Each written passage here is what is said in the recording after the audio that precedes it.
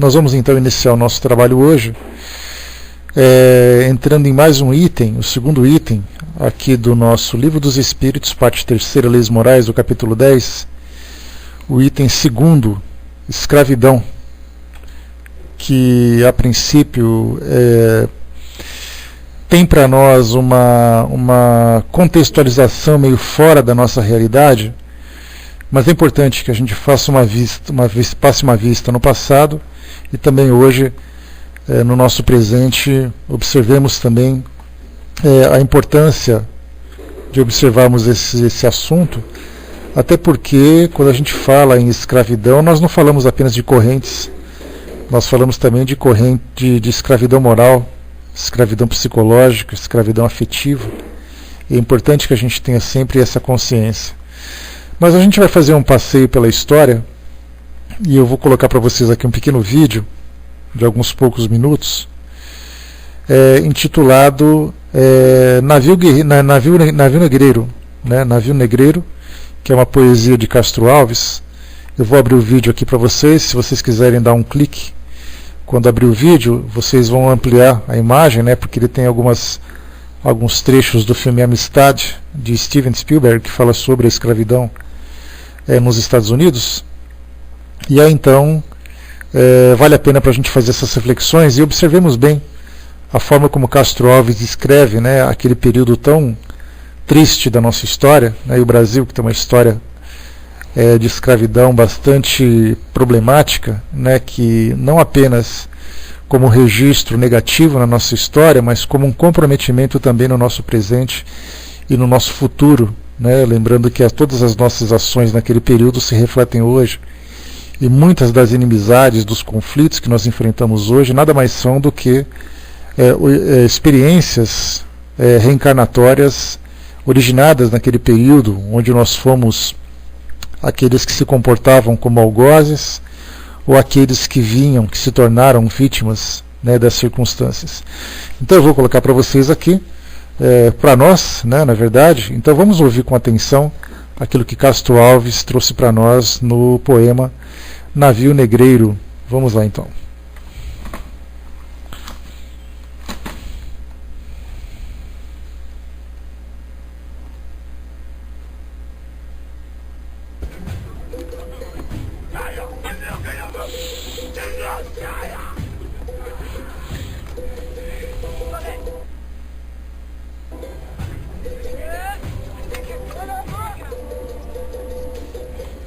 Estamos em pleno mar, doido no espaço, brinco no ar, dourada borboleta, e as vagas após ele correm, cansam, como turba de infantes inquieta.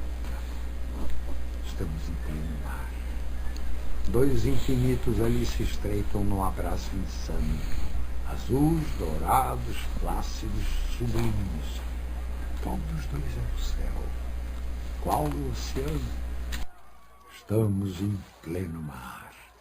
Abrindo as velas ao quente arfar das virações marinhas, veleiro bide corre a flor dos mares, como roçam na vaga as andorinhas. De onde vem? Onde vai? Das naus errantes, quem sabe o rumo, se é tão grande o espaço. Neste Saara, os corcéis o pó levantam, galopam, voam, mas não deixam traço. Por que foges assim, barco ligeiro? Por que foges do pávido poeta?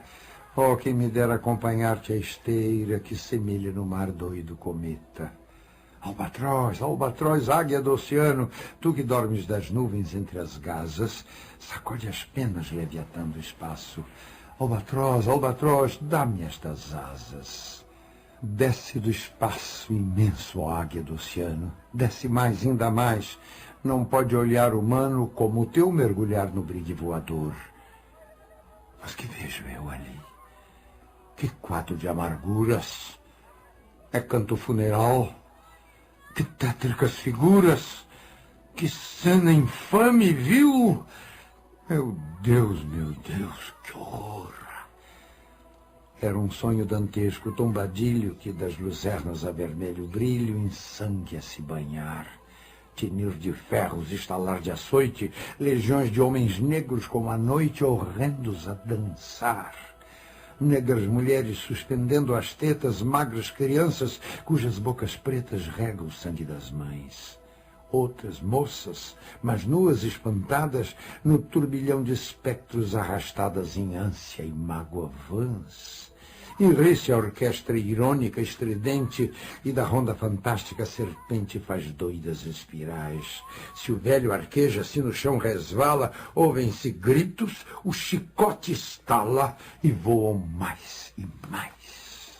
Presa nos elos de uma só cadeia, a multidão faminta cambaleia e chora e dança ali. Um de raiva delira, outro enlouquece, outro que de martírios embrutece, cantando geme e ri. No entanto, o capitão manda a manobra e, após, fitando o céu que se desdobra tão puro sobre o mar, diz do fumo entre os densos nevoeiros: vibrai rijo, chicote, marinheiros, fazei-os mais dançar.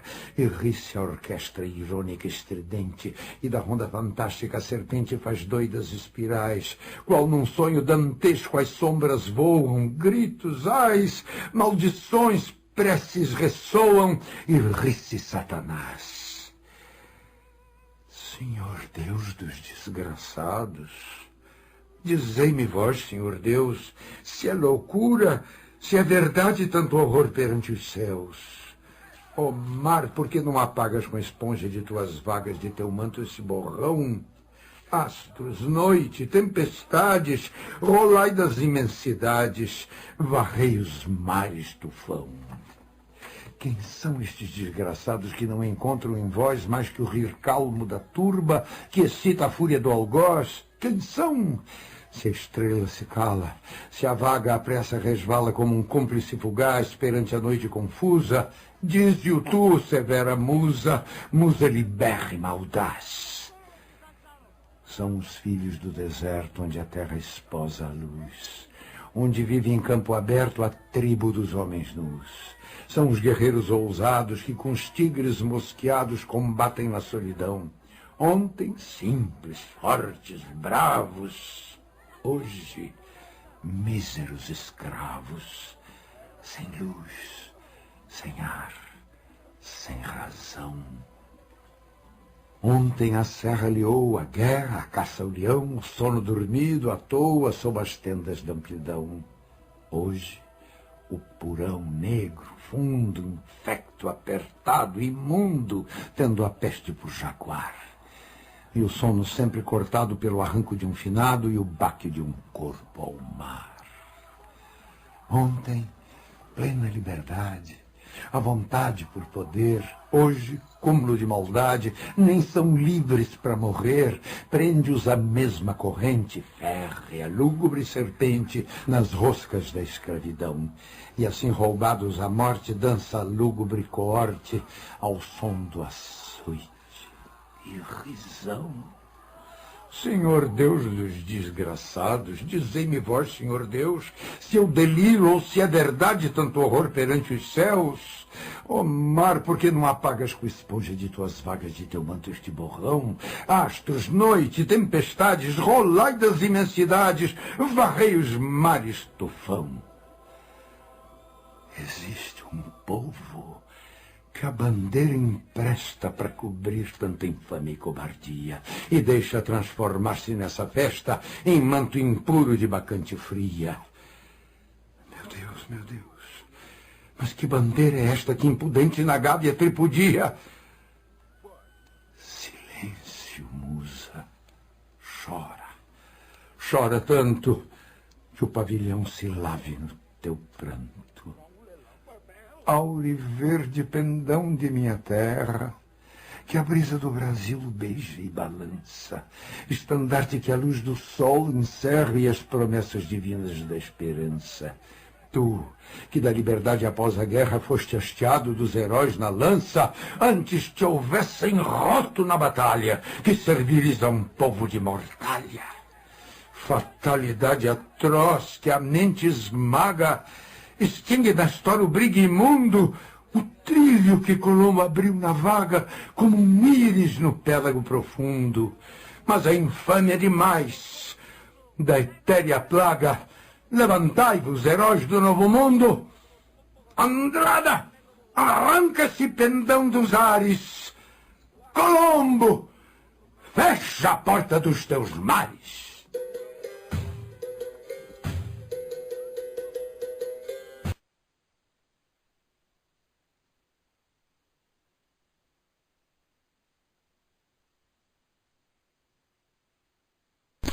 Tá aí, pessoal, o trechinho, né, do filme Amistade, alguns trechos do filme Amistade, também a poesia de Castro Alves, né, o Navio Negreiro, que traz para nós ali uma dor muito grande na visão daquele abolicionista, daquele poeta que vivenciou essa situação, né, naquele período. E um trecho interessante do filme que a gente observava era exatamente ali aquele momento em que, a partir de 1833, a Inglaterra tinha promulgado a abolição da escravatura nas suas colônias. E, ao mesmo tempo, ela também tinha criado leis proibindo o tráfico negreiro nos mares do Oceano Atlântico, né, porque vinha da África para a América. E todo navio que trouxesse escravos seria afundado, ou seus tripulantes seriam presos. E em alguns desses navios que transportavam esses escravos, esses negros, quando eles avistavam uma dessas patrulhas inglesas no oceano, eles jogavam os escravos na água para poder se livrar da prova, né? Então eles amarravam aquelas pedras nas pernas dos escravos, eles eram acorrentados uns aos outros, e ao mesmo tempo que um ia caindo, ia puxando os outros. Então eles iam... Não, já vou tirar, filhinha. Então eles iam sendo ali executados, né, sumariamente, sem nenhum tipo de compaixão, sem nenhum tipo de preocupação, simplesmente para que pudessem se livrar dessas provas, né, dessa triste tragédia que a nossa sociedade acabou presenciando, acabou vivenciando. Deixa eu só desativar aqui o nosso vídeo.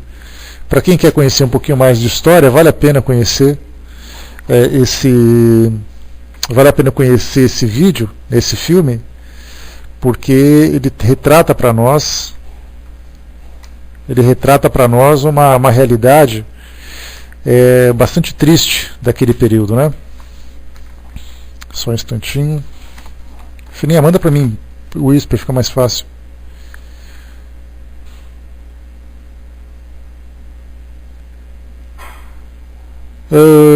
Você quer saber a minha velocidade, o Rô? É isso que você perguntou?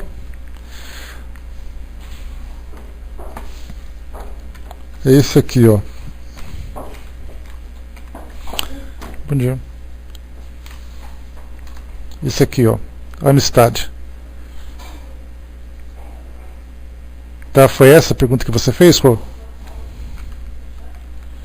Só pra gente saber aqui que eu não entendi exatamente a sua colocação. Tá, estou liberando aqui, eu passo para você. Vamos lá.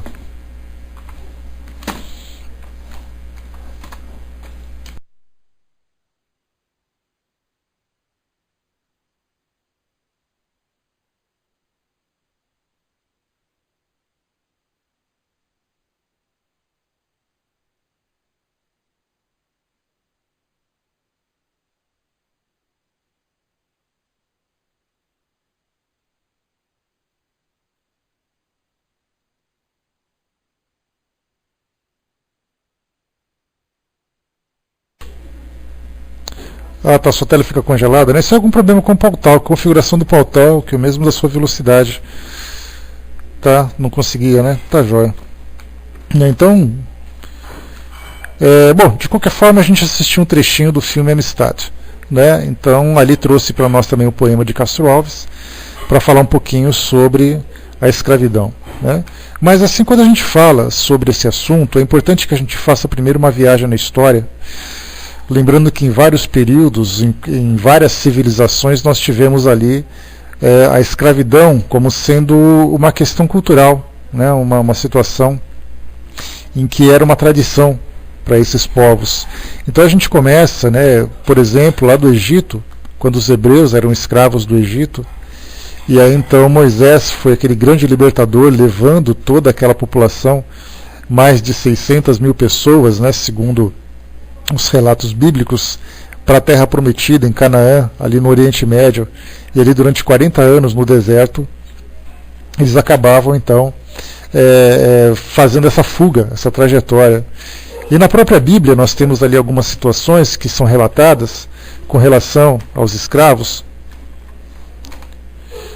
Por exemplo, no livro de Levíticos, lá no capítulo 25, no versículo número 44, nós temos ali, eu vou ler um pouquinho antes, só para vocês terem uma ideia do contexto, a partir do 38, então ele diz assim: Eu sou o Senhor vosso Deus, que vos tirei da terra do Egito, para vos dar a terra de Canaã, para ser vosso Deus.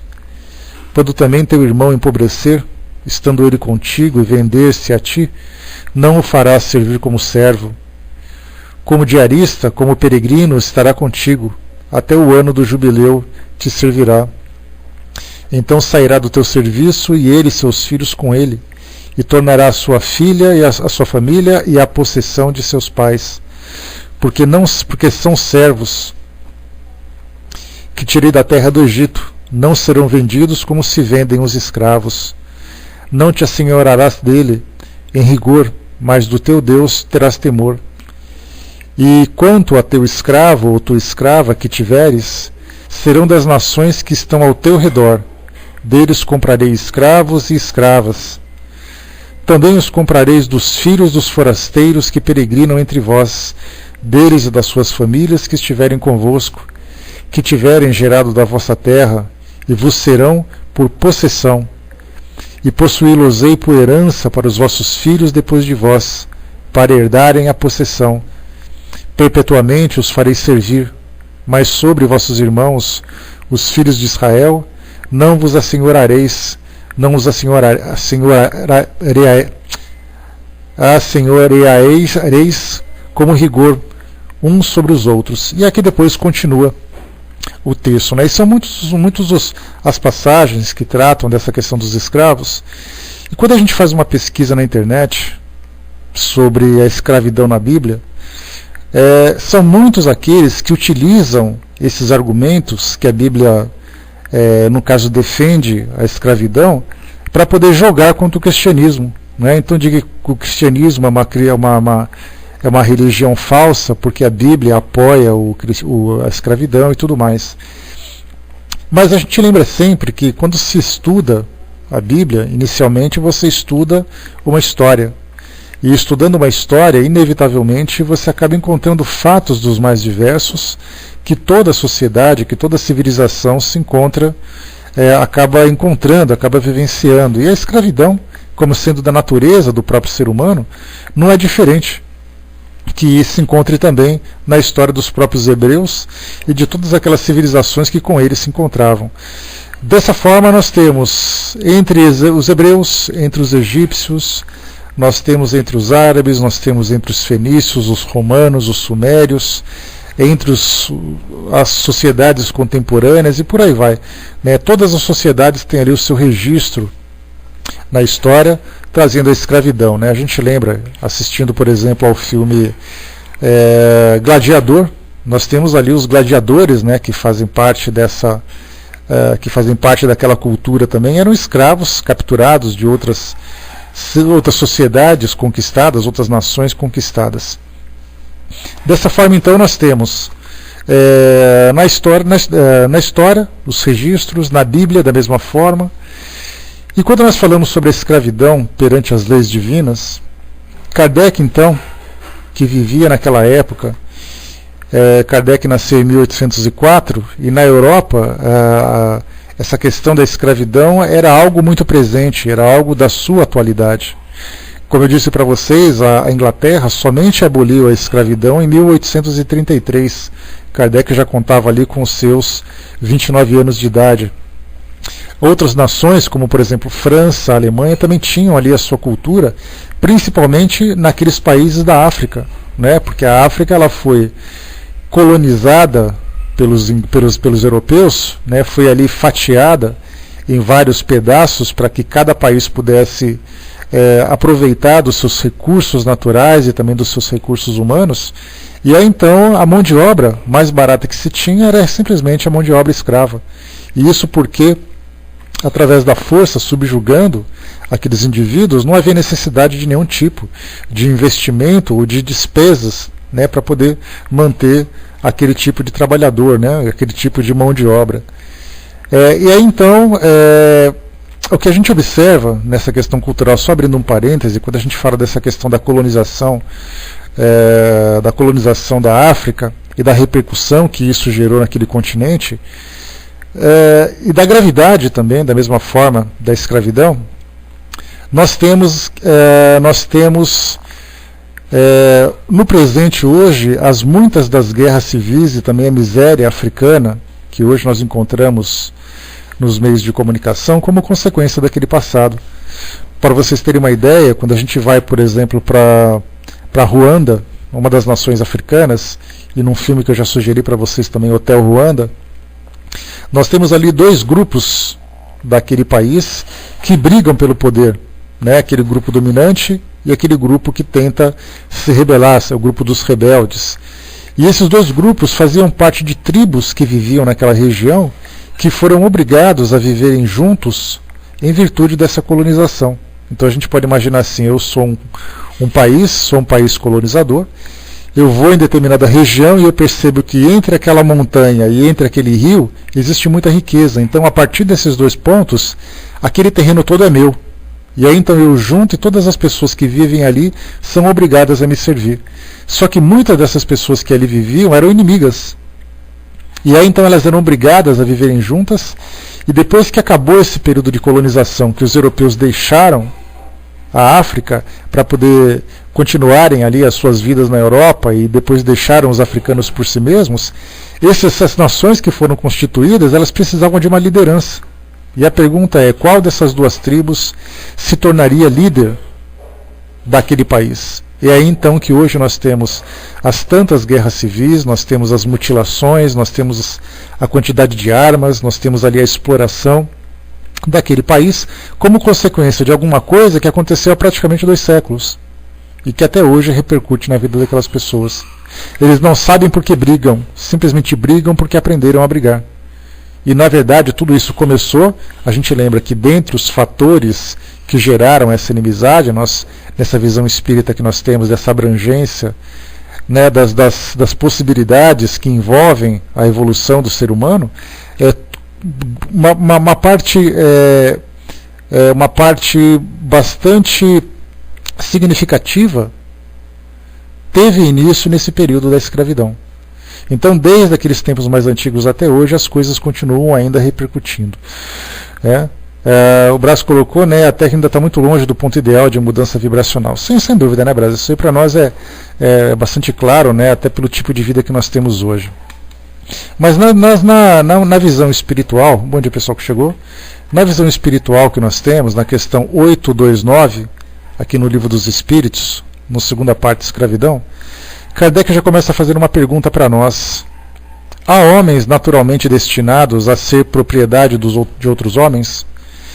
Então, porque, como eu disse para vocês, Kardec naquela época, ele vivia naquele período de escravidão. Então, embora na Europa não tivessem escravos, nas colônias sim, nas colônias tinham escravos. E aí então era muito comum essa ideia de que as nações tinham ali a sua cota de escravos, as nações compravam escravos, as nações transportavam escravos. Então as notícias, as informações que chegavam para todos aqueles que participavam daqueles países, até hoje, né, naquela época, eles conversavam sobre isso. Eles aprendiam isso na escola. Eles conviviam com essa realidade. Tanto é assim que quando a gente percebe, né, da mesma forma que nós temos na Bíblia, quando você abre a Bíblia e você vê alguma coisa que aconteceu naquele período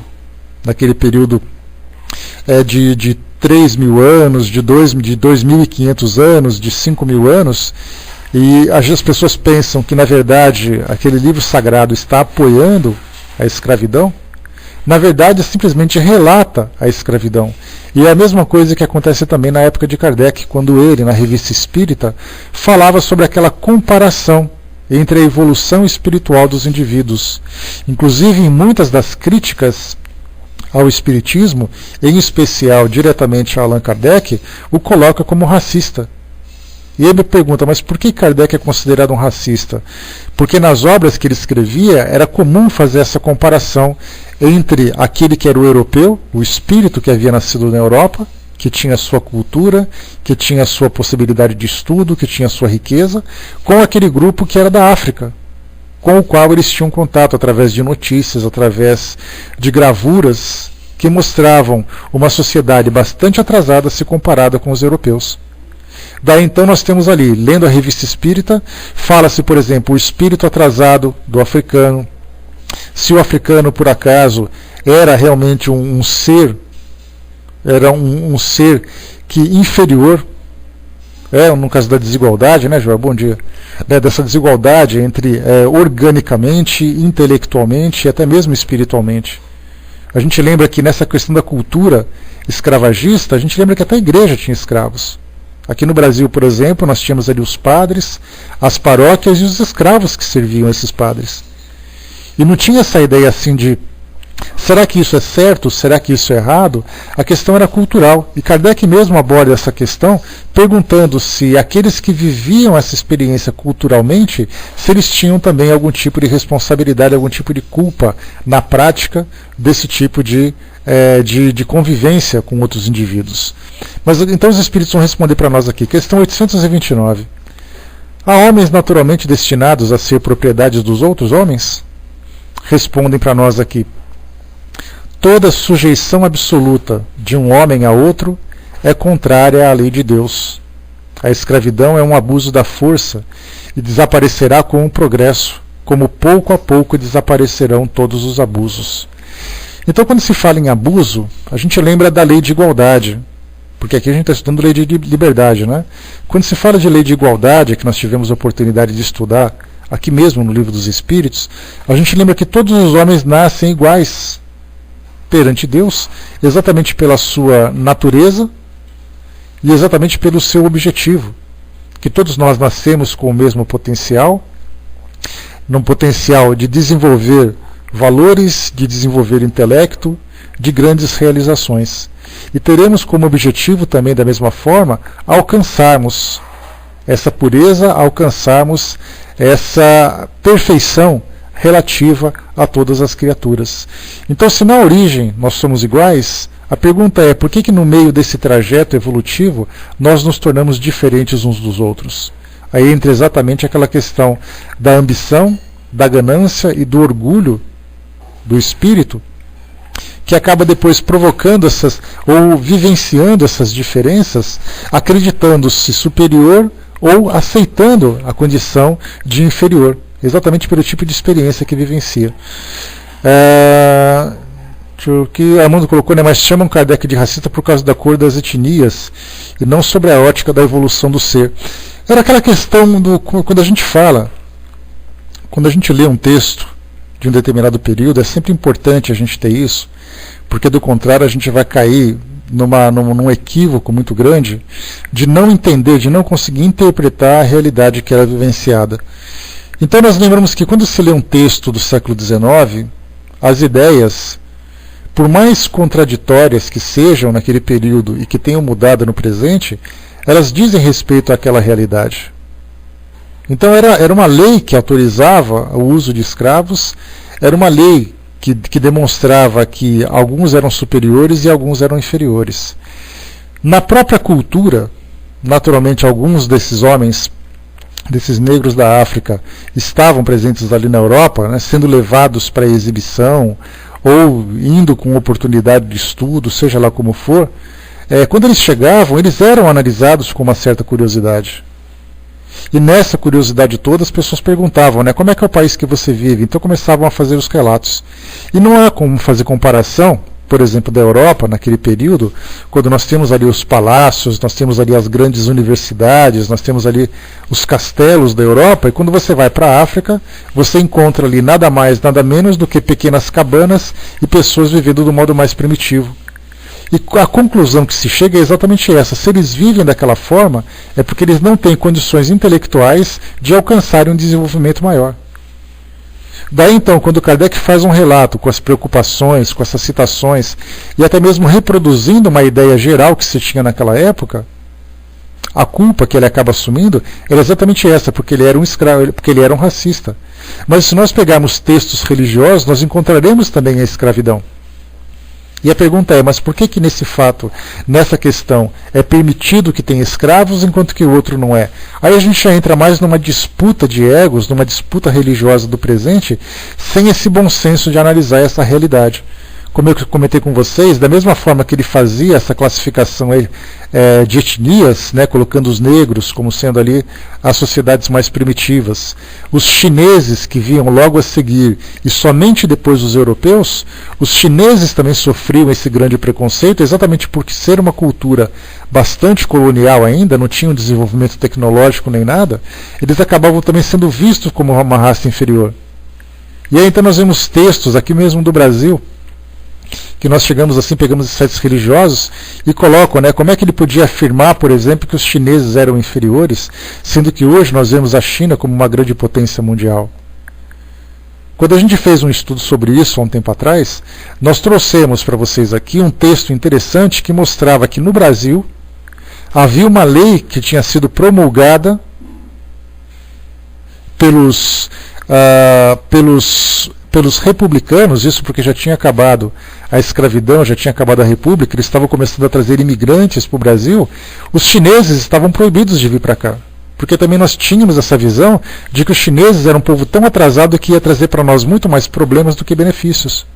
Então no Brasil era proibida a entrada de chineses, somente a entrada de europeus. No caso vieram para cá então os portugueses, os alemães, os italianos, os espanhóis, né, para formar para essas colônias que nós temos aqui hoje, e até mesmo os japoneses também. Mas chineses a gente não vê.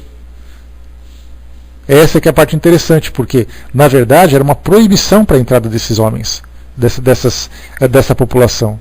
Porque nós tínhamos essa antipatia com relação a esse povo, que na verdade nós herdamos também dos europeus, que tinham também ali os seus motivos, as suas causas, para criarem essa imagem em torno daquele país. Né? Então aqui nós vemos que quando se fala sobre esses abusos, que a escravidão é um abuso da força. Então mostra que a força é gerada, né? A força ela é uma consequência do poder.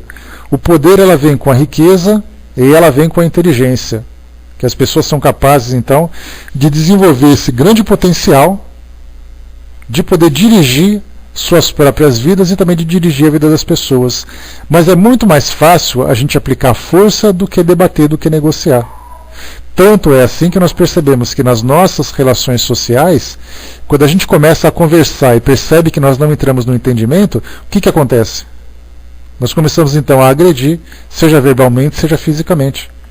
E isso porque nós não conseguimos estabelecer um entendimento, nós não conseguimos ceder, nós não conseguimos nos fazer compreender. Então a violência para nós se torna muito mais fácil da gente conquistar aquilo que faz parte da nossa ambição. E dessa forma, quando se fala em abuso da força, mostra exatamente isso, que durante muito tempo, após essas grandes conquistas, disputas por espaços e tudo mais, os homens começaram então a entrar em atritos, e aí então o exercício do poder e o exercício da força se tornaram então a linguagem muito mais fácil de ser compreendida, muito mais simples, apesar das consequências desastrosas. Mas os espíritos nos lembram, né, que desaparecerá com o progresso, como pouco a pouco desaparecerão todos os abusos. De lá para cá, a gente lembra que o Livro dos Espíritos foi lançado inicialmente em 1857, vai fazer amanhã 155 anos amanhã, lembrando que é o dia do Espiritismo no Brasil, né, que é uma lei que foi aprovada no Congresso Nacional, instituindo o 18 de abril como sendo o dia do Espiritismo, exatamente como celebrando o lançamento do Livro dos Espíritos. Então, um século e meio depois, os Espíritos já diziam, né, que vai desaparecer com o tempo, mas parecia que era uma coisa que estava um pouco longe da realidade, apesar dos movimentos abolicionistas que se tinha naquela época. Então, muitos escravos, mas muitas pessoas também lutando para poder libertar os escravos. E essa luta foi uma luta bastante complicada. No Brasil, por exemplo, os abolicionistas, eles eram perseguidos, eles eram caluniados, eles eram assassinados por causa desse movimento, porque, tirando os escravos como sendo ali a máquina né, a força motriz que movimentava a economia, nós lembramos que a escravidão gera riqueza, e uma riqueza com pouco custo. Daí então, quando você falava aqui no Brasil, olha, vamos acabar com os escravos, os fazendeiros já começavam a perguntar, mas como é que eu vou fazer então para poder continuar mantendo a minha cultura, mantendo a minha riqueza? E aí vieram tantos e tantos protestos que a gente viu. Minha família veio para o Brasil, minha família é descendente de alemães, eles vieram para o Brasil em 1865, exatamente nessa movimentação de substituição da mão de obra escrava pela mão de obra assalariada dos europeus. E aí, então, quando a gente começa a estudar um pouco mais sobre essa questão da história, a gente vê como eram as fazendas, como era o pensamento das pessoas, as novelas de época que nós vemos aqui no Brasil, que é um retrato bastante real do que acontecia naquela época, né? As fazendas que faziam alguma coisa, tínhamos aqueles senhores de escravos que eram bastante rígidos, tínhamos aqueles que eram os abolicionistas, que eram os bons moços, até que então começaram a fazer essa transformação e vieram então esses imigrantes. Mas hoje ainda temos escravos, ainda temos dominação de um povo sobre o outro, claro, sobre um outro aspecto, A gente vai falar sobre isso daqui a pouquinho, mas é uma questão de mudança de método, mas mantendo ainda o mesmo tipo de pensamento. A gente vai chegar já nesse tema. Kardec fez um comentário a respeito dessa lei, a respeito dessa questão. A lei humana que estabelece a escravidão é uma lei contra a natureza, pois assemelha o homem ao bruto e o degrada moral e fisicamente. Dessa forma, então, mostra que essa brutalidade das nossas leis, a lei, na verdade, reflete o pensamento de cada sociedade. Se você tem leis justas, é porque você faz parte de uma sociedade justa. Se você tem leis injustas, é porque a sociedade ainda não conseguiu compreender essa justiça social. Dessa forma, Kardec coloca, então, que nesse estado de brutalidade moral em que nós nos encontramos, vem como consequência, por exemplo, a escravidão. E isso degrada não somente o moral, mas fisicamente também, pela violência física que nós temos e pela degradação moral, das humilhações, das subjugações e de todas as dores que são provocadas. Questão 830, vamos lá. Quando a escravidão pertence aos costumes de um povo, são repreensíveis os que a praticam, nada mais fazendo do que seguir um uso que lhes parece natural? Aí mostra, então, Kardec coloca para nós, ele não fala assim, quando a escravidão pertencia aos costumes de um povo. Ele falava quando a escravidão pertence aos costumes de um povo. Ele falava de uma realidade daquela época. Era algo real. Exatamente porque, só para vocês terem uma ideia, somente em 1850 o Brasil parou de importar, entre aspas, os escravos da África. Embora a abolição tenha acontecido em 1888, a partir de 1850, quando a Inglaterra estabeleceu que a partir daquele momento não poderia mais haver o tráfico de escravos, a partir daquele período não havia mais a compra, mas havia ainda a possibilidade, e isso acontecia aqui no Brasil como a gente viu, ainda existia a escravidão. Então, na verdade, quando Kardec falava, ele falava de algo que era atual naquele momento. Os europeus ganharam muito dinheiro com isso, os portugueses ganharam muito dinheiro com isso, os brasileiros ganharam muito dinheiro com isso. O Júnior colocou, não foi um dos últimos a abolir? Sim, o Brasil inclusive tem uma história bastante negativa, Júnior.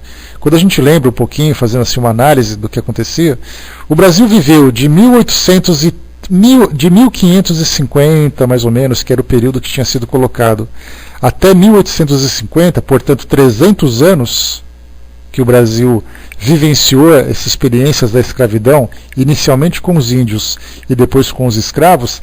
Nesses 300 anos, só de africanos, dentro das estatísticas, foram 3.600.000 africanos que vieram para o Brasil. 3.600.000 africanos. O Brasil tem um triste recorde de ser o país que mais importou escravos na história da humanidade. 3.600.000 escravos, num período desse período de 300 anos, excetuando ali aquele início, quando nós tínhamos os índios. Então, quer dizer, nós temos uma marca, um registro histórico extremamente negativo, e não é à toa que mesmo que vivenciando isso naquele passado, nós tenhamos hoje essas repercussões espirituais e morais que nós brasileiros vivenciamos e também aqueles que participam conosco. né? Então era uma situação bastante problemática. Então quando o Kardec perguntou se essa escravidão fazia parte dos costumes de um povo, aqui pode ser que Kardec provavelmente estava se referindo a nós também. Porque já que o Brasil, do tamanho que ele era, pela movimentação de escravos que tinha, assim como também nos Estados Unidos também tinha essa cultura escravagista, né? A gente lembra que havia ali no sul dos Estados Unidos a necessidade de mão de obra barata para poder ali alimentar, para poder manter aquela cultura do fumo, do algodão principalmente. Quando a gente assiste a um filme como E o Vento Levou, um filme que fala de guerra civil, nós falamos exatamente do norte industrializado contra o sul, que era a escravagista.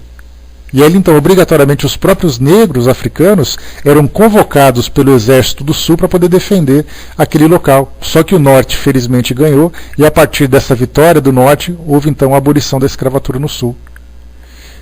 E aí, então, era uma questão cultural. E Kardec, quando ele falava, bom, isso acontece na Ásia, isso acontece na América, isso acontece na África. É uma cultura, as pessoas vivem isso no seu cotidiano. As crianças crescem, né, nascem e crescem aprendendo a chamar os seus escravos, aprendendo a tratar os seus escravos da forma, né, pela educação que eles tiveram. Era comum uma adolescente ter uma escrava que a servia para poder vestir a sua roupa, escovar o seu cabelo e tudo mais. E então, quer dizer, num costume como esse, é repreensível isso? Era normal que isso acontecesse? A resposta dos espíritos: o mal é sempre o mal. Todos os vossos sofismas, né, todas as vossas falácias, esses discursos vazios para tentar justificar alguma coisa errada, não farão que uma ação má se torne boa. Mas a responsabilidade do mal é relativa aos meios de que dispondes para compreender. Aquele que se serve da lei da escravidão é sempre culpável de uma violação da lei natural. Mas isso, como em todas as coisas, a culpabilidade é relativa. Sendo a escravidão um costume entre os povos, o homem pode praticá-la de boa fé, como uma coisa que lhe pertence natural. Mas, desde que sua razão, mais desenvolvida e sobretudo esclarecida pelas luzes do cristianismo, lhe mostrou no escravo um seu igual perante Deus, ele não tem mais desculpas. Então mostra exatamente isso, né, que a questão da vivência dessa cultura escravagista depende do grau de esclarecimento de cada pessoa. Se por acaso ele começa a entender que, apesar disso ser errado, ele continua a vivenciar dessa forma, essa luz de esclarecimento, ainda que seja apenas uma pequena chama, apenas que seja um pequeno brilho que esteja na sua consciência, ele já começa então a assumir responsabilidades por isso, porque ele sabe que é errado. É mais ou menos quando a gente fala sobre a questão da alimentação equivocada que nós temos hoje, do uso dos cigarros, do uso das bebidas alcoólicas. Tem pessoas que simplesmente fazem uso dessas substâncias ou desse tipo de alimentação por uma questão de hábito. Eu estou acostumado a viver assim e tudo mais, mas quando ele começa a ter esclarecimento que aquilo traz prejuízos para o seu organismo, que ele vai sofrer as consequências disso, que ele se torna responsável pela destruição do seu próprio corpo, essa luz de esclarecimento já o torna responsável. A Jana colocou, né, soube que aqui tem muitos coronéis ainda reencarnados em jovens da região, e o índice de suicídio entre eles é grande, né? Soubemos disso por Divaldo em um congresso aqui. Muitos escravos, ainda sem perdoar, induzem a isso. O Brasil tem muito a resgatar por erros desse passado. Sem dúvida nenhuma, faz parte dessa cultura, né? Bom dia, Flecha. Né? E o caboclo que gosta de ser escravo, humilhado, etc., né? Vem a Miami, né? Ou a Harvard, em Massachusetts, que entenderá melhor, né? A gente tem ali essas culturas, esses resquícios desse tipo de comportamento, né? Quando a gente vê, por exemplo, no Brasil, nos Estados Unidos, quando a gente vê também na Europa, esse racismo que existe, né? Esse racismo que existe entre as comunidades, isso nada mais é do que uma consequência daquilo que eles vivenciaram. O Brasil, por exemplo, um país com essa miscigenação toda, ainda vivencia essa questão dos conflitos raciais. A gente vê isso no esporte recentemente. Teve uma reportagem, né, que mostrou para nós os casos, né, de de um atleta de voleibol, que é um esporte de certa forma elitizado, sendo chamado de macaco por uma torcedora. E isso foi captado o áudio foi captado pela televisão, né? E o seu atleta se tornou muito abalado porque ele dizia assim: olha, eu me senti impotente no momento daquilo porque eu não sabia quem era, não sabia de onde veio, e eu estava no meio de um jogo. E de repente a gente vai da mesma forma para os Estados Unidos e percebe essa questão dos conflitos culturais na arte, na sociedade. Então tudo isso é o quê? Um resquício daquele passado, que a própria sociedade vai ter que lidar com isso, vai ter que dar promover essa transformação cultural, né? Como se na arquibancada só tivesse arianos, né? Mas é um pensamento ainda bastante primitivo nosso, né? Mas é um primitivismo, Wagner, que não é um primitivismo inocente, né? É um primitivismo que traz responsabilidades. Não é tão simples assim, né? O Freud colocou racista, né? E o civilizado normal que foi pego em flagrante, né? Pois é, exatamente, né? O normal é pego, né? O outro se esconde. Continuando aqui para nós, questão 831. A desigualdade natural das aptidões não coloca certas raças humanas sob a dependência das raças inteligentes? Aí a gente evoca o pensamento de Leon Denis, no seu livro O Grande Enigma, quando ele fala sobre a cadeia solidária que existe no universo, em que o mais forte ele tem aquela obrigação moral de dar suporte para o mais fraco. Mas nós, ainda vivendo esse nosso orgulho, essa nossa ganância, ambição, nós utilizamos a nossa força para poder subjugar aquele que é mais fraco. Ou seja, você tendo aptidões de inteligência, você tendo aptidões de habilidade, você tendo ali aptidões de gerar riquezas e tudo mais, em vez de você utilizar essas aptidões para poder fazer com que a sua sociedade seja beneficiada, você utiliza em benefício próprio. E se por acaso você tem aqueles que contrariam esse seu modo de pensar, nós observamos exatamente isso.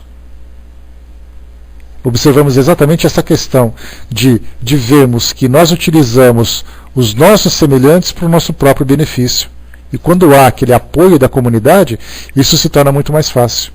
Então essa desigualdade não coloca certas raças sob a dependência de raças inteligentes? Respondem os espíritos sim, para as elevar e não para as embrutecer, ainda mais na escravidão.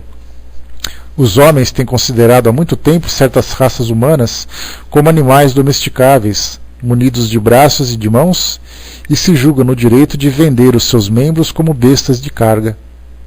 Consideram-se de sangue mais puro, insensatos, que não enxergam além da matéria. Não é o sangue que deve ser mais ou menos puro, mas o espírito. Aqui então a gente já começa a entrar não apenas naquela visão da nossa sociedade, mas já começamos a entrar um pouco mais naquele entendimento espiritual.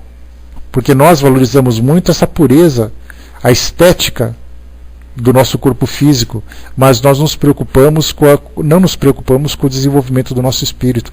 Isso porque, como a gente já lembrou, tudo tem o seu estágio, tudo tem o seu período.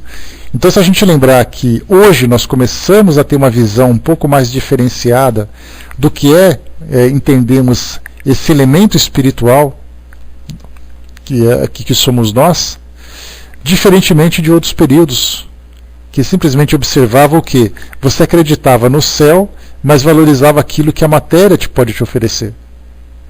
Hoje nós começamos a entender aquilo que a matéria nos oferece, mas já conseguimos separar a nossa mente, separar o nosso modo de pensar, vendo numa questão do elemento imortal do qual nós somos constituídos. Essa é a diferença hoje.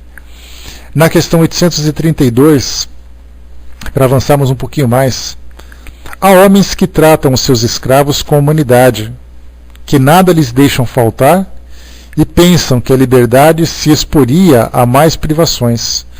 Que dizer disso? Isso fala daqueles senhores de escravos que são justos, aqueles que tratam bem os seus escravos, que oferecem aquilo que existe de melhor para que eles possam ter uma vida digna. Olha que interessante. Eu promovo a dignidade dos meus escravos. Pode parecer um pensamento meio contraditório, mas dependendo do tempo, da cultura, isso se torna bastante legítimo. Porque você tem escravos por uma questão de necessidade, por uma questão de cultura, mas você tenta fazer aquilo que é melhor para que aquele escravo viva bem. E aí os espíritos respondem para nós: digo que essas pessoas compreendem melhor os seus interesses.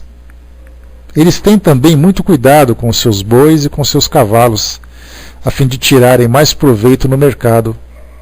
Não são culpados como os que maltratam, nem por isso deixam de usá-los como mercadorias, privando-os do direito de se pertencerem a si mesmos. E aqui mostra então que, por mais boa vontade que ele tenha, isso não tira dele a responsabilidade. Isso pode ser um atenuante, porque nós lembramos que em determinadas situações nós nos vemos com os atenuantes ou com os agravantes. Nesse caso ele tem um atenuante: você vivia aquilo tudo. Você foi um bom senhor de escravo, mas você não deixou de ser um senhor de escravo.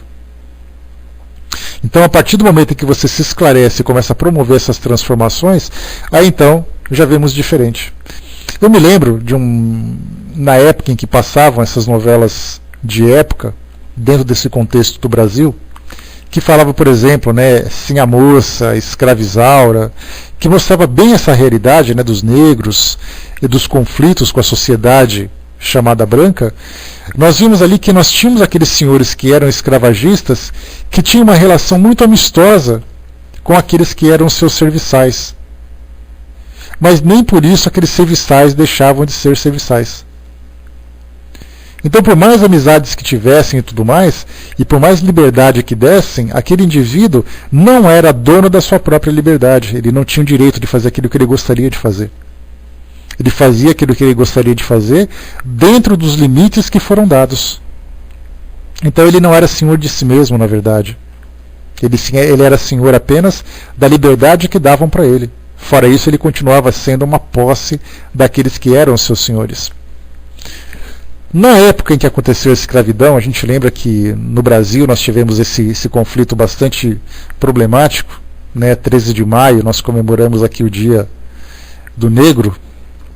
E nesse período, quando houve a abolição em 1888, simplesmente as fazendas eram obrigadas a abrir as suas senzalas, a desprender as suas correntes e libertar aquelas pessoas. E aí então entra um caso interessante. A gente se pergunta assim: até que ponto a sociedade foi responsável por todas as tragédias que surgiram a partir dali? Porque a gente imagina assim, tragédia é quando eles eram escravos, mas quando eles foram libertos, as tragédias já não existiam mais.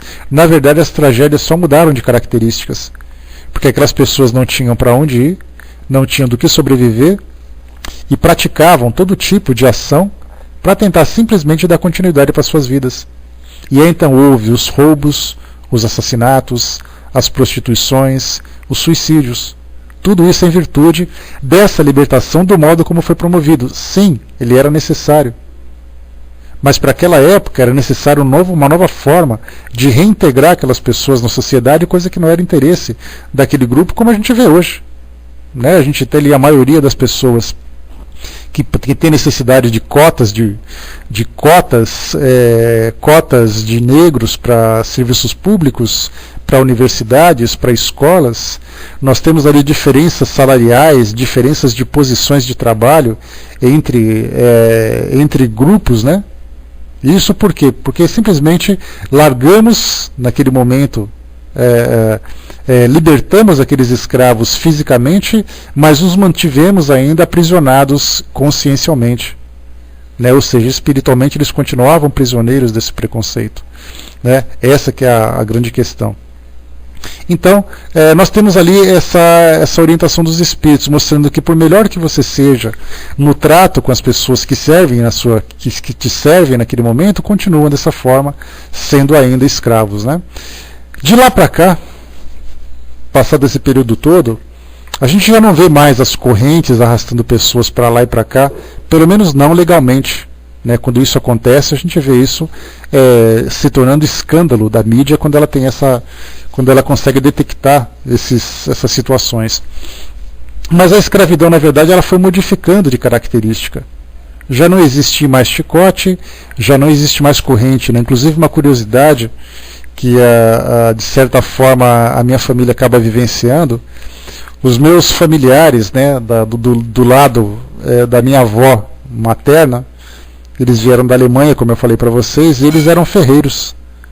Vieram primeiros, assim, né? O primeiro alemão que veio para cá com os filhos, ele era tropeiro, aquela função de ter ali as mulas, cavalos e carroças para poder transportar mercadorias de uma cidade para outra, para poder abastecer aquelas regiões, nessa região cafeeira aqui no interior de São Paulo. E depois os seus filhos começaram então a desenvolver uma nova arte. Eles eram ferreiros. E aí então eles faziam todos os tipos de produtos de ferros, né, como grades, como cruzes, como ferramentas e tudo mais. E fazendo uma pesquisa, e interessante de fazer pesquisa genealógica, né, que eu tive a oportunidade de me ver ali como um genealogista amador, comecei a fazer pesquisas, a ter contatos com institutos, com outras pessoas que faziam e tal. E eu já comentei com vocês que eles sempre alertavam assim, né? Porque quando a gente faz pesquisa genealógica, muitas vezes a curiosidade que nos chama, que desperta em nós, é saber quem foram as pessoas importantes da nossa família. E aí então a gente quer saber quem foi o general, quem foi o político, quem foi o religioso, quem foi o artista, etc e tal, né? Para poder saber assim, olha, essa pessoa foi da minha família, para dizer isso orgulhosamente. Mas quando a gente começa a estudar um pouquinho mais sobre essa arte de fazer essa pesquisa, uma das orientações é a seguinte: cuidado com o que você vai pesquisar. Você vai encontrar desde aquilo que vai alimentar o seu orgulho, alimentar a sua vaidade, como vai te constranger também. Porque pessoas são pessoas, e elas podem ser pessoas que se destacam positivamente, como podem ter pessoas que se destacam negativamente. Você vai encontrar alguém que cometeu suicídio, você vai encontrar alguém que foi preso, você vai encontrar alguém que fez isso, alguém que fez aquilo, você vai encontrar pessoas que não fizeram absolutamente nada, passaram indiferentes. Pessoas que foram alcoólatras, pessoas que foram isso, pessoas que tiveram destaque positivo na sociedade, você vai encontrar de tudo. E aí então eu achei interessante essa colocação. E aí eu fui pesquisando, e percebi que esses meus familiares lá no século XIX, naquele período, né, de 1865, quando chegaram até mais ou menos 1910, por ali, esses ferreiros, na verdade, até a abolição da escravatura, principalmente até 1888, esses ferreiros, eles eram também responsáveis por fazerem esses instrumentos de suplício. Aqueles espinhos que colocavam no pescoço dos escravos, na verdade eles não eram responsáveis por isso, eles apenas cumpriam, né, os contratos de encomenda, que no caso os fazendeiros, os órgãos públicos acabavam encomendando. Então eles faziam isso. Aí você começa a pesquisar e pegar foto, você vê, né, aquelas algemas de tornozelo, aquelas grades, aquelas algemas de pescoço, né, aqueles colares de pescoço, aquelas correntes eram feitas por pessoas da minha família, porque eles vendiam isso para os fazendeiros daquela época. E a gente pensa assim, poxa vida, olha só que interessante. É uma questão cultural, uma questão de sobrevivência. E a gente se pergunta, mas qual é o grau de responsabilidade que eles tinham de simplesmente viver aquela cultura daquele momento? Eles não tinham escravos, mas prestavam serviços para isso. Qual é o grau de responsabilidade que eles acabavam tendo, participando, ou alimentando, ou aceitando aquele tipo de situação? A gente nem pensa como isso acontecia, a gente não consegue analisar. Porque na verdade você fazia de boa vontade cumprindo aquilo que você fazia. Não havia bondade, não havia maldade, simplesmente cumpriu o seu papel na sociedade. E cumprindo esse papel na sociedade, muitas vezes você estimulava ou continuava participando daquilo que culturalmente a sociedade aceitava como natural. Mas muito bem, de lá para cá nós tivemos então essa mudança com relação à forma de escravidão. Já não havia mais chicote, já não havia mais instrumentos de suplício, já não havia mais os troncos onde os negros eram amarrados, os pelourinhos, né? Olha que interessante, a gente vai, por exemplo, para o Nordeste, ou vai para Minas Gerais, nós temos ali os pelourinhos, né? Aquelas praças que tem os monumentos, e as pessoas vão, tiram fotos, né? Olha que interessante, vamos para o pelourinho, né? Os grupos musicais estão fazendo uma arte lá no pelourinho. Na verdade, o pelourinho nada mais era do que um centro de punição dos escravos, que hoje para nós se tornou um símbolo daquele período, mas que naquela época pessoas eram mortas naquele local. E que hoje, com o passar do tempo, a nossa cultura vai se transformando, a gente vai perdendo um pouco de contato e não compreendendo exatamente qual era a gravidade daquela situação. Vamos para o Pelourinho, é mais ou menos você falar assim, vamos nos encontrar lá no Matadouro. Vamos tocar a nossa banda, vamos chamar então o nosso grupo musical para lá no Matadouro fazer isso. E na época o Pelourinho nada mais era do que isso. Um local extremamente doloroso. Né? Exatamente, Fletcher, né? O sinônimo hoje em Salvador, Pelourinho é sinônimo de carnaval. Voltando 2 séculos no tempo, Pelourinho é sinônimo de morte. Né? A gente vê como o tempo vai passando, a nossa cultura vai se modificando. Mas mudando a forma de escravidão, saindo daquela época do sangue, daquela época das mortes, nós entramos na época também, né, dos tempos atuais, da força de trabalho, de uma outra forma. Então nós temos, por exemplo, nos períodos atuais, a escravidão, que a gente chama de trabalhos forçados, né? Você foi forçado a trabalhar. Nada mais é do que uma forma de você mascarar um pouquinho mais a expressão de escravo. Nós temos hoje no Brasil, no mundo, escravos sexuais. Nós temos documentários que mostram no leste europeu, como por exemplo na Indonésia, na Ásia, no leste europeu, na Rússia, na Ucrânia. Nós temos ali jovens que são recrutadas para trabalhar em determinados locais e se tornam escravas sexuais. Jovens que cometem suicídios, jovens que têm ali o seu passaporte apreendido para poder prestar esse serviço. Brasileiras que são convidadas, e não sei se ingenuamente ou não, vão a esses países para poder trabalhar como garçonetes, para poder ganhar um dinheiro fácil, e se tornam escravas sexuais. Que quando a mídia, né, inclusive nós temos ali máfias que trabalham com isso. Máfias que são responsáveis para poder utilizar essas mulheres, né, envolvendo tráfico de drogas, envolvendo tráfico de armas, envolvendo assassinatos e tudo mais, e também, né, como dentro desse contexto, não podia faltar essa questão da escravidão sexual. Né? Na Holanda também tem essa situação.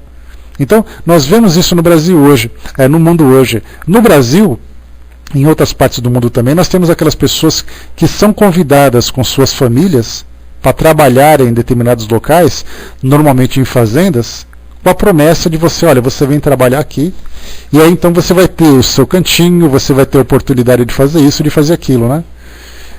De fazer isso, de fazer aquilo. Só que, no momento em que essas famílias chegam, elas são envolvidas com dívidas que não conseguem quitar, e consequentemente acabam se tornando escravas, porque aquele que é o dono da fazenda não deixa você sair sem pagar essa dívida. Você trabalha numa condição que você não tem condições de pagá-la, ou seja, você continua prestando o serviço contra a sua vontade. Então nós temos aqueles escravos da atualidade que trabalham forçadamente junto. Exatamente, Armando, bem lembrado, né? Aqui em São Paulo, nós temos nas regiões, principalmente de comércio de roupas e de artigos de moda, pessoas que vêm dos países próximos aqui, bolivianos, peruanos, paraguaios que vêm para o Brasil, chineses também vêm para o Brasil. Nos Estados Unidos nós temos também, filmes mostram isso, né? E esses filmes mostram, porque tem ali uma certa realidade. Vai com Deus, Bela. A gente tem uma certa realidade. Quando, por exemplo, chineses são levados para trabalharem nas empresas dos próprios chineses, de um modo clandestino. E aqui no Brasil eles são trazidos também desses países próximos, exatamente para poder trabalhar de um modo escravo. Não existe, mais uma vez, chicotes nem nada, mas eles são tão endividados, né? São tão endividados que pode acontecer. A Vaninha está lembrando aqui que os haitianos estão agora recebendo permissão para vir no Brasil. A gente se pergunta até onde esse tipo de vinda dessas pessoas vão trazer esses agravantes também. Né? O Fletcher lembrou, né? A prostituição em Miami é proibida, né? Pois é. Grande ironia, né, Fletcher? Proíbem a prostituição, mas na verdade ela se encontra presente em todos os lugares. Então, nos tempos atuais, nós temos as pessoas que trazem as suas necessidades. E ao mesmo tempo a sociedade que cria situações subjugando essas pessoas. Até quando a gente vai continuar vivendo nesse ciclo vicioso de sofrimento? E o interessante também que a gente lembra, quando se fala sobre essa questão dos relacionamentos humanos, da escravidão, das consequências da escravidão e tudo mais, a gente lembra sempre das lesões morais que são provocadas nessas situações. A gente entra agora numa questão da análise espiritual da situação. porque aqueles que são escravos, eles acabam modificando, a gente lembra que o sofrimento, ele tem ali o objetivo de trazer um reequilíbrio do indivíduo perante as leis que foram infringidas na sua história. Só que nem sempre essas dores são absorvidas de um modo tão fácil, né? Tchau, vai com Deus então, Sandra. Beijo nas crianças lá. Nem sempre essa dor ela é compreendida como sendo educativa. E ela provoca, muitas vezes, muito mais revolta do que causa a educação. E essa revolta a gente lembra que não só acontece na hora. Naquele período, quando a escravidão aqui no Brasil era permitida, e a gente vê isso mais uma vez nessas novelas de época que a gente comentou, o ódio que é alimentado, o ódio que é gerado nesse tipo de relacionamento.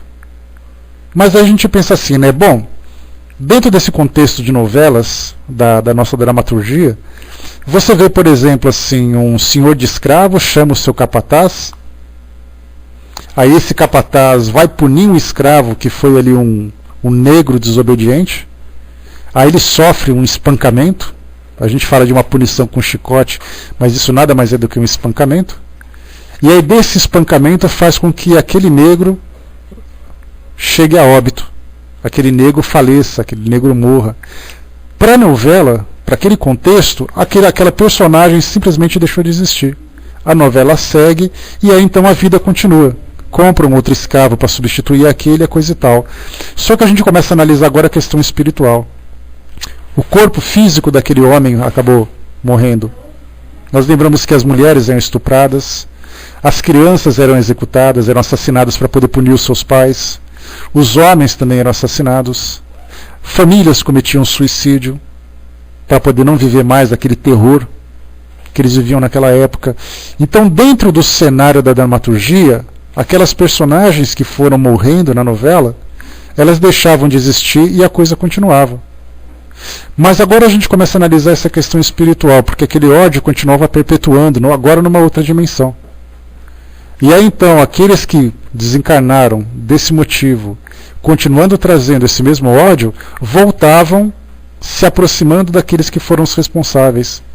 E aí então essa questão espiritual saía do cenário físico e continuava no cenário espiritual. Uma passagem interessante do livro Os Mensageiros, de André Luiz, tem uma entrevista interessante que André Luiz fez com uma senhora, que ela chorava muito e ela pedia ajuda para poder parar com aquele sofrimento que ela tinha. E aí, durante a entrevista, André Luiz, a entrevista no sentido de conversa, né? Naquele momento ele percebeu o seguinte, que ele se compadeceu daquela mulher. E ele perguntava, né, para as pessoas que estavam próximas, que eram responsáveis por esse trabalho de reajuste, de reabilitação desses espíritos que sofriam muito. E aí então ele perguntava, mas por que vocês não ajudam aquela mulher? Por que ela não pode receber o auxílio de vocês para tentar se reequilibrar? E aí então eu respondi para ela assim, porque na verdade ela quer ajuda para aliviar a dor. Mas se você conversar com ela, você vai perceber que ela continua ainda querendo que seus escravos voltem, que aqueles escravos que eram desobedientes fossem punidos. Ela continua ainda trazendo essa mesma visão, esse mesmo espírito de senhora de escravo, que era bastante egoísta, bastante cruel, daquele período. Então ela pede assim, olha, eu quero parar de sofrer. Só que na verdade ela não fazia por merecer esse parar de sofrer. Ela continuava assim também. A mesma coisa também, né, Fletcher? Lembrando também, religioso também, padre também vivia dessa mesma forma. São várias as situações que a gente percebe então que esse tipo de consequência no mundo espiritual continua dando vazão. Da mesma forma que hoje nós encontramos nas reuniões de desobsessão muitos casos de pessoas que viveram em épocas distantes, que eram guerreiros, que eram combatentes, que eram religiosos do passado. Hoje nós encontramos nas reuniões de desobsessões pessoas que foram queimadas em fogueiras. Aqueles que eram inquisidores, lembrado ali pelo Fletcher um pouco mais acima, aqueles que eram responsáveis por essas execuções, que até hoje se manifestam nessas reuniões. Imaginemos então, voltando um pouquinho mais, aliás, avançando um pouco mais no tempo, a gente encontra hoje, do período de 100 anos, 200 anos, 300 anos aqui no Brasil, na verdade 200 a 300 anos, né? A abolição foi em 88. A gente tem mais ou menos aqui coisa de 130 anos, 130 anos aproximadamente da abolição da escravatura. Muitos daqueles espíritos que desencarnavam naquela época estão até hoje ainda no mundo espiritual na erraticidade, promovendo essa desordem e sofrendo as consequências daquele período. Eis então que quando a gente começar a ampliar a nossa visão, e essa é uma grande expectativa que o mundo espiritual tem, que a gente comece então a sair dessa nossa visão física limitada da matéria e começar a expandir a nossa visão espiritual e entender a respeito da essência do espírito, acima simplesmente da matéria, a falar sobre a continuidade da vida no mundo espiritual, a entender o processo reencarnatório, a lei de causa e efeito. Quando esses conceitos começarem a ser bem compreendidos, a gente vai ter uma revolução moral de extrema importância no nosso mundo. A gente vai ter assim, um salto significativo do estágio atual em que nós nos encontramos para um estágio mais avançado. Mas para que a gente possa mudar esse nosso modo de viver, é importante que esses conceitos sejam absorvidos. Não adianta a gente imaginar assim, vamos mudar simplesmente por mudar. Eu quero ser bonzinho. As coisas não acontecem dessa forma, não nesse nosso estágio. Então a gente precisa passar primeiro por um processo de reeducação espiritual, através da reforma religiosa. Precisamos passar por uma segunda reforma religiosa. A primeira foi com Martinho Lutero, lá no século XVI. A segunda precisa ser agora. As instituições religiosas se transformarem, entenderem a real, né, ou entenderem a realidade do espírito, esse mecanismo da vida que continua ainda bastante oculto e bastante confuso para a grande maioria dos habitantes do nosso planeta. Somente através desse esclarecimento é que a gente vai conseguir de fato fazer com que o nosso mundo de provas e expiações se torne um mundo de regeneração. Essa visão que a gente fala assim, mais um mundo de regeneração, estamos passando por uma fase de transição planetária. A gente está começando essa fase de transição planetária, mas quanto tempo essa transição vai demorar? Quanto tempo esse período de esclarecimento, de transformação de ideologias, transformação de dogmas, transformação de ideias vai demorar para todos nós? Quanto tempo esses espíritos que estão no mundo espiritual sofrendo as consequências disso, desse período negro da nossa história, quanto tempo esses espíritos vão conseguir se regenerar, vão conseguir se perdoar ou perdoar aqueles que foram seus algozes? Daí a gente vê a complexidade da coisa, não é simplesmente colocando espíritos novos aqui no nosso mundo. Porque esses espíritos que estão chegando agora, na verdade vão nos ajudar na nossa reeducação. Agora, quanto tempo a gente vai aceitar essa reeducação? Esse é o problema. Né?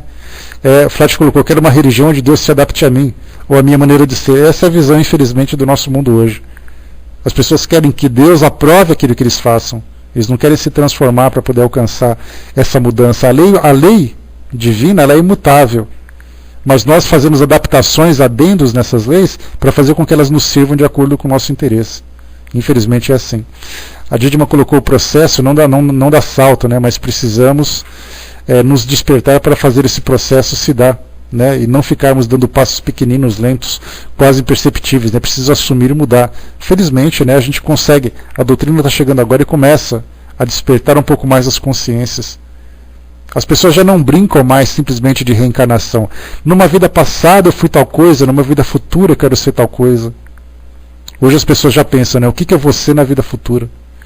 Se eu sofro hoje, o que eu fiz de uma vida passada? Então já começa assim, apesar de ainda com uma certa falta de seriedade, as brincadeiras já começaram a mudar.